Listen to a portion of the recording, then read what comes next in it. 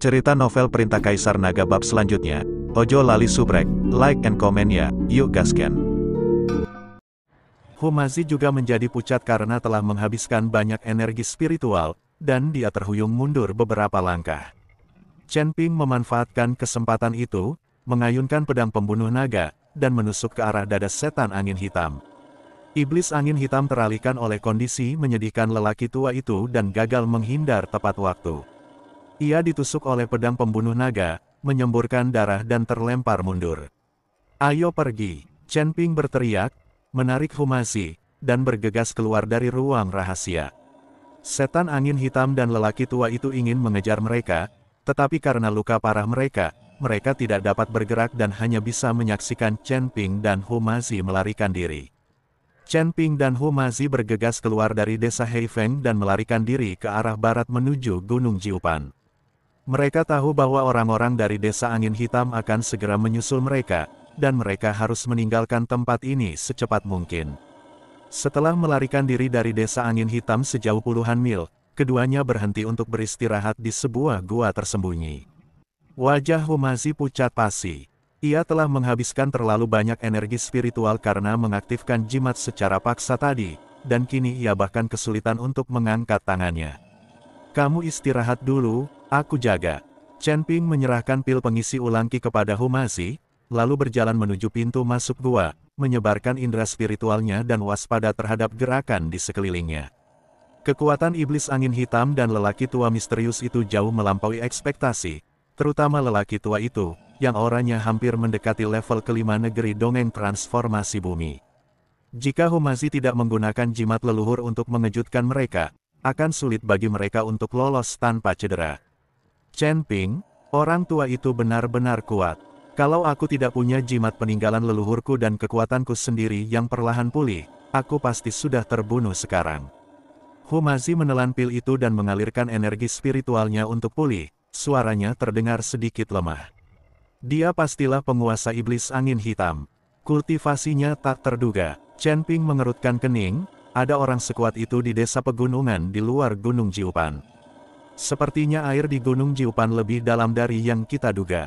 Dia ingat apa yang dikatakan iblis serigala itu. Iblis angin hitam tua telah berpartisipasi dalam pengepungan keluarga Hu, dan lelaki tua itu, sebagai tuannya, mungkin juga terlibat. Yang lebih membuatnya khawatir adalah bahwa lelaki tua itu menyebutkan bahwa istana setan hitam juga terlibat, yang berarti bahwa genosida keluarga Hu kemungkinan besar disebabkan oleh upaya bersama dari banyak kekuatan. "Setelah kekuatanku pulih, kita akan menjelajahi kekuatan berikutnya." Secercah tekad terpancar di mata Humazi, tidak peduli berapa banyak orang yang terlibat, aku akan mencari tahu kebenarannya. Chen Ping mengangguk dan hendak berbicara ketika ekspresinya tiba-tiba berubah, seseorang datang. Tepat saat dia selesai berbicara, terdengar suara udara pecah di luar pintu masuk gua, dan 3 bayangan hitam jatuh di pintu masuk seperti hantu, menghalangi jalan. Pemimpinnya mengenakan jubah hitam, wajahnya tertutup tudung, hanya memperlihatkan sepasang mata merah menyala. Dia tak lain adalah orang-orang istana iblis hitam. "Tuan Chen, Tuan Hu, apa kabar?" Pria berjubah hitam itu tertawa serak, suaranya sekeras gesekan amplas. "Yang mulia penyihir mengundang Anda untuk kembali bersama kami." Yu Yue akhirnya tak tahan lagi. Chen Ping menggenggam pedang pembunuh naga erat-erat, dan kekuatan spiritual di tubuhnya bersirkulasi pelan. "Berapa banyak orang yang dia kirim? Kami bertiga sudah cukup untuk menghadapi kalian berdua." 2 orang di belakang pria berjubah hitam itu melangkah maju. Aura yang mereka pancarkan sebanding dengan Yu Yue.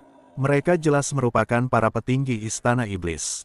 Humazi berjuang untuk berdiri dan memegang token pemimpin klan di tangannya. Cahaya putih pada token beresonansi dengan kekuatan spiritual dalam tubuhnya, yang membuatnya merasa sedikit segar. "Mau kita kembali? Tanyakan dulu pada jimat di tanganku apakah cocok." Bertindak gegabah, pria berjubah hitam di sebelah kiri mendengus dingin, lalu bergerak mendekat dengan kilatan tubuhnya. Kelima jarinya membentuk cakar, dan ia mencengkeram leher Humazi dengan aura iblis yang kuat. Cakar itu sangat cepat. Sebelum angin dari cakar itu tiba, energi iblis yang berbau busuk telah membuat udara di dalam gua menjadi lengket.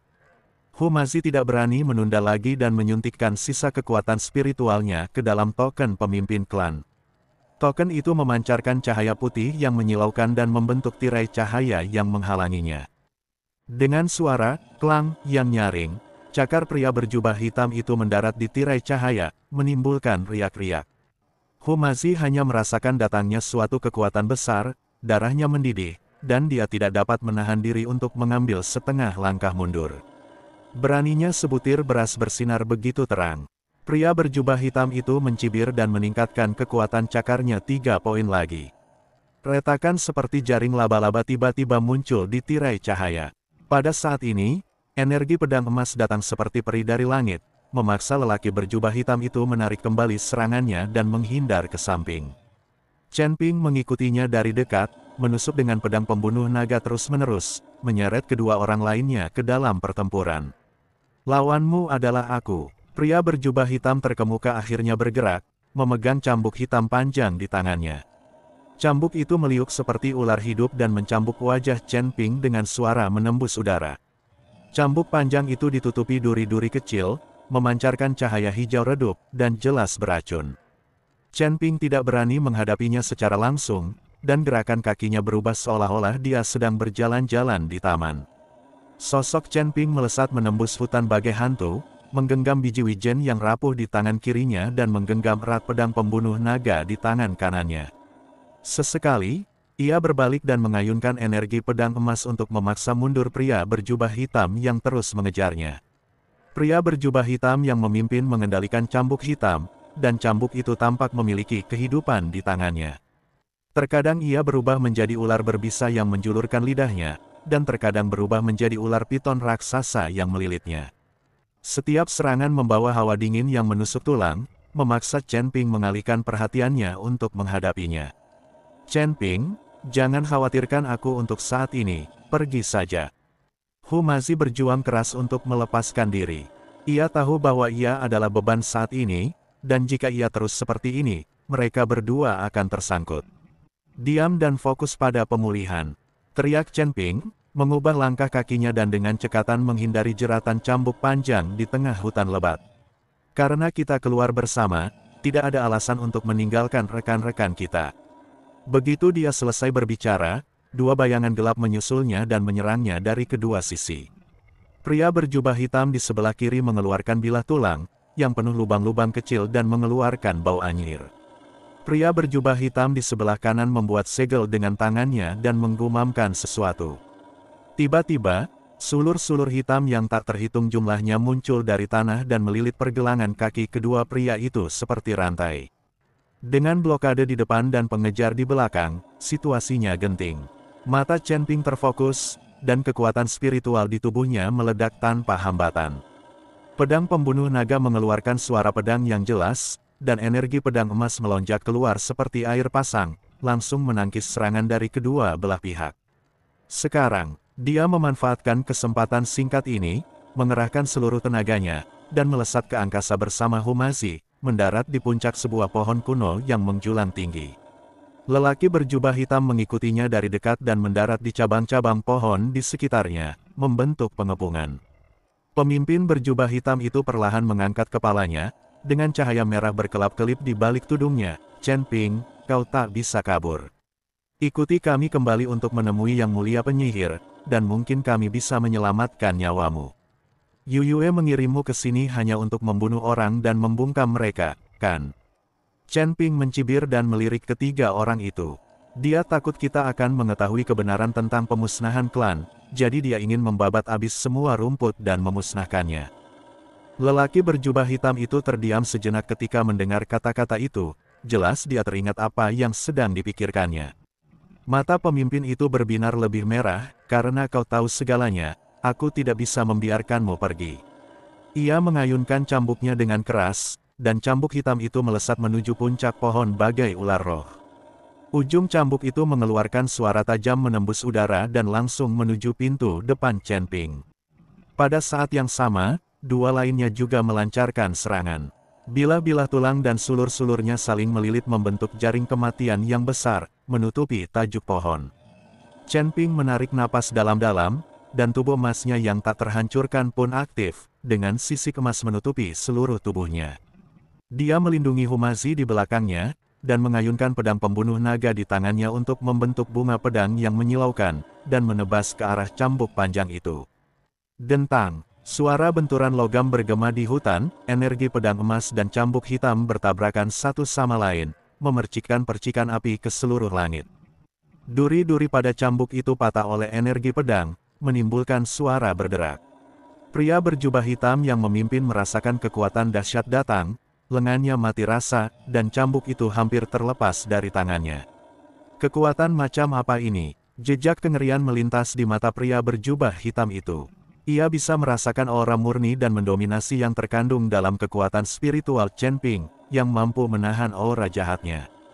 Tepat saat ia teralihkan, Chen Ping telah memanfaatkan kesempatan itu, dan sosoknya melesat bagai anak panah dari busurnya.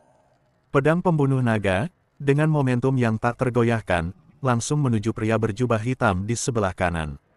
Pria berjubah hitam di sebelah kanan terkejut dan buru-buru mengendalikan tanaman merambat itu untuk melawan, tetapi tanaman merambat itu langsung terputus oleh energi pedang. Kekuatan pedang itu tidak berkurang dan langsung menuju ke tenggorokannya. Hati-hati! Pemimpin berjubah hitam itu berteriak kaget dan segera mencabut cambuknya untuk menyelamatkan. Melihat ini, Chen Ping menyeringai. Inilah efek yang diinginkannya. Dia tiba-tiba mengubah taktiknya dan menyapu dengan pedang pembunuh naga, tidak menyerang pria berjubah hitam di sebelah kanan, tetapi menebas tanaman merambat di tanah. Energi pedang emas itu bagaikan guntur yang datang entah dari mana, seketika memotong semua tanaman merambat di tanah dan menerbangkan debu ke seluruh langit. Memanfaatkan tertutupnya debu, Chen Ping menangkap Humazi, melompat dari pohon kuno, dan melarikan diri ke kedalaman hutan lebat. Mau lari, pria berjubah hitam terdepan berteriak dengan marah dan mengejarnya bersama kedua orang lainnya. Ketiganya, satu mengejar dan satu melarikan diri, terlibat dalam aksi kejar-kejaran yang menegangkan di tengah hutan lebat. Chen Ping terus mengambil jalan memutar dan mengubah arah, mencoba menyingkirkan para pengejar, tetapi pria berjubah hitam itu sangat cepat dan terus mengejarnya. Di bawah perlindungan Chen Ping, Humazi akhirnya memulihkan sebagian kekuatan spiritualnya. Ia mengeluarkan beberapa lembar kertas jimat dari tangannya dan dengan cepat menggambar beberapa jimat angin. Chen Ping, aku akan membantumu. Dia menempelkan jimat angin pada kedua orang itu, dan kertas jimat itu berubah menjadi angin sepoi-sepoi, memberkati kedua orang itu, dan langsung meningkatkan kecepatan mereka. Kerja bagus. Semangat Chen Ping terangkat, dan dia meningkatkan kecepatannya sedikit, secara bertahap memperlebar jarak antara dia dan pria berjubah hitam. Namun, pada saat ini, tiba-tiba terjadi pergerakan di hutan lebat di depan, dan tanah mulai bergetar hebat, seolah-olah ada monster besar yang mendekat. Tidak bagus. Wajah Chen Ping berubah. Ia bisa merasakan aura iblis yang kuat mendekat dengan cepat. Kekuatannya tak kalah hebat dari guru iblis angin hitam yang pernah ia temui sebelumnya. Dia segera mengubah arah, mencoba menghindari roh jahat, tetapi sudah terlambat. Seekor beruang raksasa, tingginya 10 kaki dan berwarna hitam seluruhnya, berjalan keluar dari hutan lebat dan menghalangi jalan mereka. Mata beruang raksasa itu merah dan ia mengaum, jelas terkejut dengan pertarungan tadi. Itu beruang setan hitam. Wajah Humazi memucat saat ia mengenali monster itu. Menurut catatan kuno, beruang iblis hitam adalah salah satu penguasa wilayah terluar Gunung Jiupan. Kekuatannya sebanding dengan seorang kultivator di tahap spiritualisasi, dan kepribadiannya sangat kejam. Hati Chen Ping mencelos. Dengan beruang hitam jahat di depannya dan para pria berjubah hitam mengejarnya dari belakang, ia benar-benar berada dalam situasi yang menyedihkan. Ketika beruang iblis hitam melihat Chen Ping dan Humazi, cahaya ganas berkilat di matanya. Ia menerjang ke arah mereka sambil meraung, dan cakar beruangnya yang besar menamparkan mereka berdua dengan momentum yang menghancurkan dunia. Chen Ping tidak berani menghadapinya secara langsung, dan cepat-cepat menghindar dengan Humazi. Cakar beruang itu jatuh ke tanah dengan suara keras, menciptakan lubang besar yang dalam di tanah dan memercikkan kerikil. Ini masalah. Chen Ping menatap beruang iblis hitam yang marah, lalu menatap pria berjubah hitam yang mengejarnya, mengerutkan kening, kita harus menemukan cara untuk menyingkirkan mereka. Mata Humazi tiba-tiba berbinar, aku punya ide. Chen Ping, bantu aku menahan mereka. Aku akan mencoba menggunakan jimat itu untuk memancing beruang iblis hitam pergi. Apakah kamu yakin? Tanya Chen Ping. Seharusnya itu mungkin. Hu masih mengangguk. Dalam warisan leluhurku, tercatat bahwa beruang iblis hitam takut pada tanaman herbal bernama rumput kingkin. Aku bisa menggunakan jimat untuk meniru aroma rumput kingsin dan memancingnya pergi.